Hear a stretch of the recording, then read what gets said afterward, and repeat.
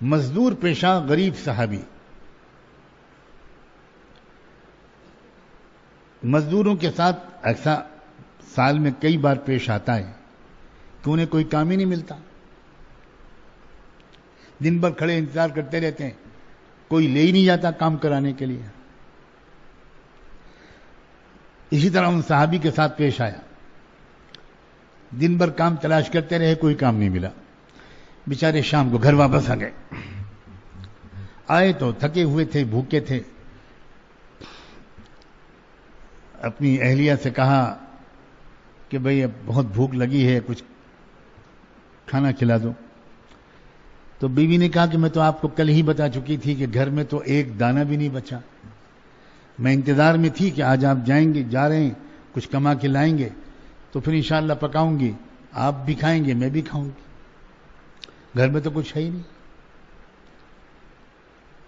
اب یہ سنا تو ظاہر ہے کہ ان کے اوپر ایک صدمے کا اثر ہوا کہ اب کیا ہوگا.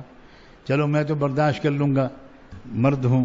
یہ بیچاری صبح سے کچھ نہیں کھایا, اب یہ بھوکی رات بھی سو جائے گی میری بیوی, اب کیا ہوگا. مرد شرمندہ ہو جاتا ہے. جو شریف مرد ہوتا ہے وہ اپنی بیوی کے سامنے ایسے وقت میں بڑا شرمندہ ہوتا ہے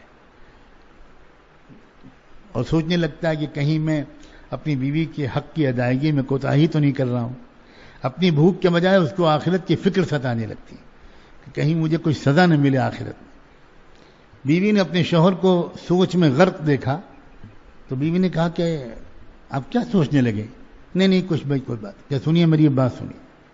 بیوی کہہ رہی ہے کہ دیکھیے روزانہ ہم لوگ کھا پی کر اپنی مرضی کے مطابق پیٹ بھر کے سوتے تھے. آج ایسا لگتا ہے کہ اللہ کی مرضی یہ ہے کہ ہم بھوکے سو جائیں, اور اللہ کی مرضی کے سامنے خوشی خوشی سر جھکا دینا, اسی کا نام تو ایمان ہے. تو آپ فکر نہ کریں, اللہ کی مرضی ہے, ہم دل سے راضی ہیں, بالکل دل سے راضی. شوہر کے کو بڑا اطمینان ہوا ہوگا, بڑی تسلی ہوئی بیوی کی زبان سے یہ بات سن کر. سو گئے دونوں بھوکے.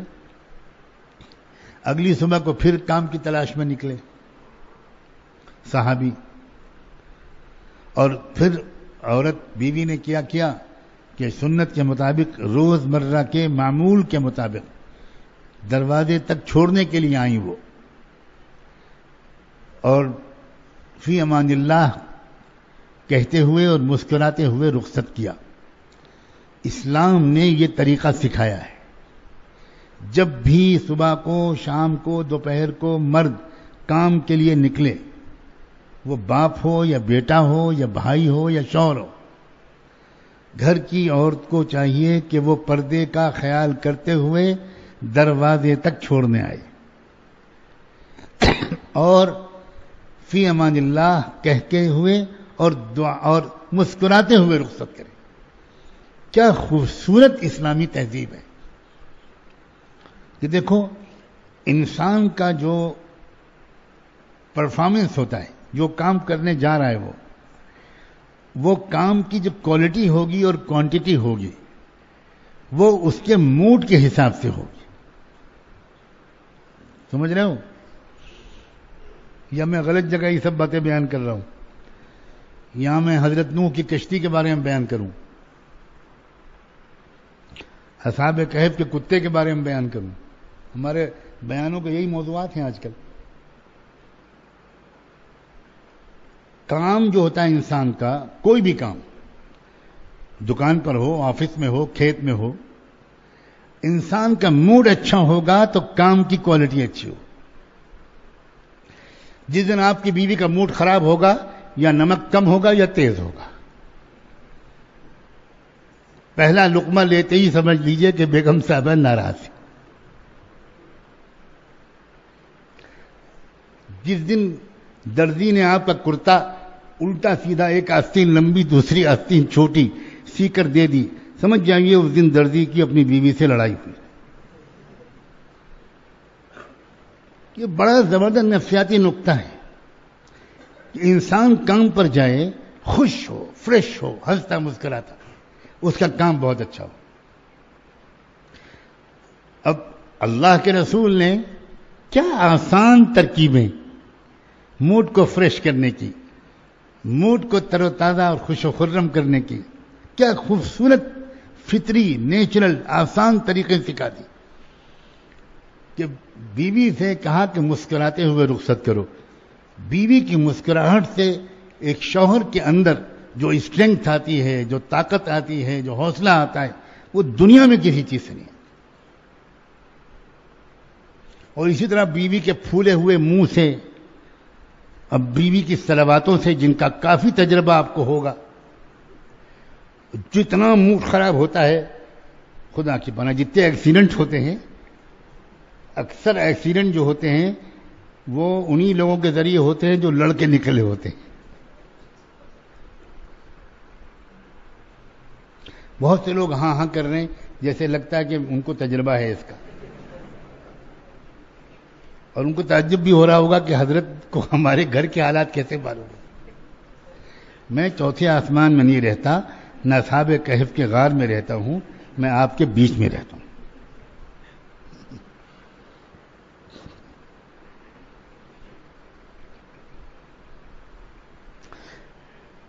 جاپان دنیا میں انڈسٹری میں بہت آگے ہے.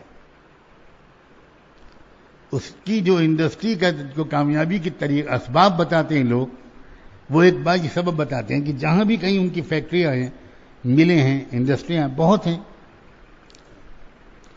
وہاں انہوں نے ایک انتظام کیا ہے کہ فیکٹری کے اندر داخل ہونے سے پہلے 2-4 کلومیٹر کا ایک ایریا وہ گھیرتے ہیں، 2-3 کلومیٹر کا، بڑی فیکٹری ہو تو زیادہ، اور اس میں بہت خوبصورت قسم کی سینریاں، بہترین پھول، خوشبودار پھول، چہچہاتے پرندے، بہت عمدہ منظر سے انسان گزرتا ہوا جاتا ہے.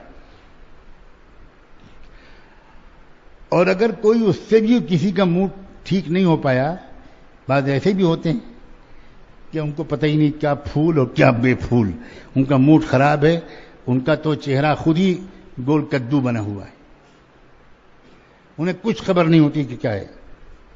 کوئی اگر سلام بھی کرتا ہے تو ان کا جی چاہتا ہے تھپڑ مار دیں. تو ان کے لیے بھی انتظام کیا ہے، اگر آپ میں سے کوئی ایسا ہو تو انشاءاللہ وہ بھی ٹھیک ہو جائے گا. اس کا انتظام کیا انہوں نے، اس کا انتظام کیا کیا؟ اس کا انتظام یہ کیا کہ انہوں نے آگے جا کر جو انٹری ہے فیکٹری کی، اس میں انہوں نے عجیب غریب قسم کے آئینے لگائے ہیں. کبھی آپ نے بچپن میں کسی نمائش میں ایسے شیشے اور آئینے دیکھے ہوں، لافنگ گلاسز، جس میں انسان کہیں الٹا نظر آتا ہے، کہیں چوڑا نظر آتا ہے، کہیں دبلا پتلا آدمی بہت موٹا نظر آتا ہے، کہیں ایسا نظر آتا ہے چپکا ہوا، ایسے بالکل بیچ میں پیٹ یوں ہے اور سر اور پیر. تو اب آدمی ہنستا ہے اس کو دیکھ کر کے، یہ میری کیا شکل ہے. تو کم سے کم فیکٹری جائے تو ہنس کر جائے، موڈ خراب لے کر نہ جائے.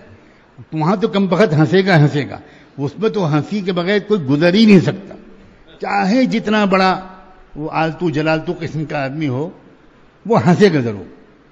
ان بیچاروں کو لاکھوں ڈالر خرچ کرنے پڑتے ہیں ایک انسان کے موڈ کو ٹھیک کرنے کے لیے، اور قربان جائیں محمد الرسول اللہ کے کہ انہوں نے صرف یہ سکھا دیا کہ گھر سے نکلو تو تمہاری بیوی مسکراتے چہرے کے ساتھ فی امان اللہ کہہ کر رخصت کرے. چنانچہ ان صحابی کو اسی طرح رخصت کیا اس بیوی نے، اور وہ چلے گئے. بھوکے ہیں، کچھ نہیں، موڈ اچھا ہے، بہت اچھا ہے، خوش ہیں. اب دن بھر، اس دن بھی دوسرے دن بھی عجیب و غریب معاملہ ہوا کہ انہیں کوئی کام کرنے کو نہیں ملا، کوئی مزدوری نہیں ملی. دن بھر انتظار کرتے رہے، کوئی لے ہی نہیں گیا کسی کام کے کرانے کے لیے. مجبوراً دوسری شام پھر واپس آ گئے بالکل خالی ہاتھ. پھر وہی ہوا. بیوی نے محسوس کیا کہ آج بھی کیا ہوا، کچھ کام نہیں ملا. ہاں بھائی میں کیا کروں، آج بھی کوئی کام نہیں.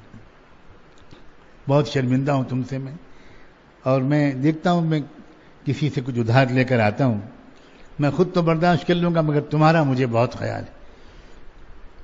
سلام ہو اس عورت پر، کیا جواب دیتی ہے وہ کہتی ہے خبردار، بالکل نہیں.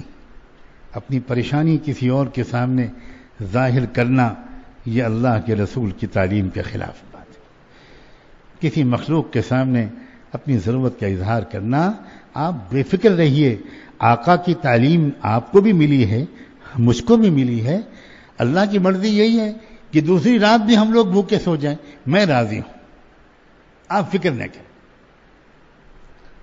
آپ بتاؤ، شوہر بیوی کی زبان سے ایسی ہمت کی بات سن کر اس شوہر کو کیا خوشی ملی ہوگی. یعنی وہ اپنے بھوک کا غم، اپنی غربت کا غم بالکل بھول گیا ہوگا، یہ سوچ کر کہ اللہ آپ نے کروڑوں میں کوئی ایک بیوی مجھے عطا فرمائی ہے. کیا اخلاق ہیں اس کے، کیا وفا ہے اس کے اندر. یہ میری غربت کا کتنا ساتھ دینے والی عورت مجھ کو ملی ہے. یہ احساسات یاد رکھنا، انسان کے پریشانی دراصل اس کے احساسات کا نام ہے. اگر ٹھیک پریشانی کے عالم میں اس کے دل اور نفسیات کو مثبت سوچ مل جائے تو اسی پریشانی کے عالم میں وہ انجوائے کرنے لگتا ہے، لطف لینے لگتا ہے. یہ غم یا خوشی یا پریشانی یہ باہر کے حالات کا نام نہیں ہے، یہ اندر دل کی کیفیت کا نام ہے. ایک انسان دولت کے ڈھیر میں بیٹھ کر بھی پریشان ہو سکتا ہے اور ایک انسان 2 دن کے فاقے کے باوجود بھی خوش ہو سکتا ہے. یہ دل کی کیفیت کا نام ہے. چنانچہ شوہر کو تسلی ہوئی کہ بھئی تم اگر اتنی ہمت سے کام لیتی ہو تو میں بھی انشاءاللہ ساتھ دوں گا. چلو، اللہ سے کوئی ناراضگی نہیں، قسمت کا کوئی شکوہ نہیں. اللہ سے دعا مانگ کر آج بھی سوتے ہیں. عزیزو، یہ کہہ دینا میرے لیے کتنا آسان ہے اور سن لینا آپ کے لیے بھی کتنا آسان ہے. 2 دن کا فاقہ، ایک دانہ پیٹ میں نہیں گیا، کیا گزر رہی ہوگی. مگر جو میں کہہ رہا ہوں نا، ہمت کیا چیز ہے، حوصلہ کیا چیز ہے، اسی کو سمجھانا چاہ رہا ہوں.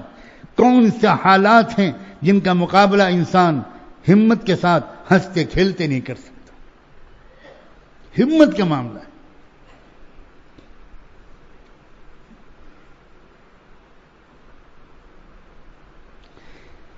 چلو، دوسری رات بھی گزر گئی.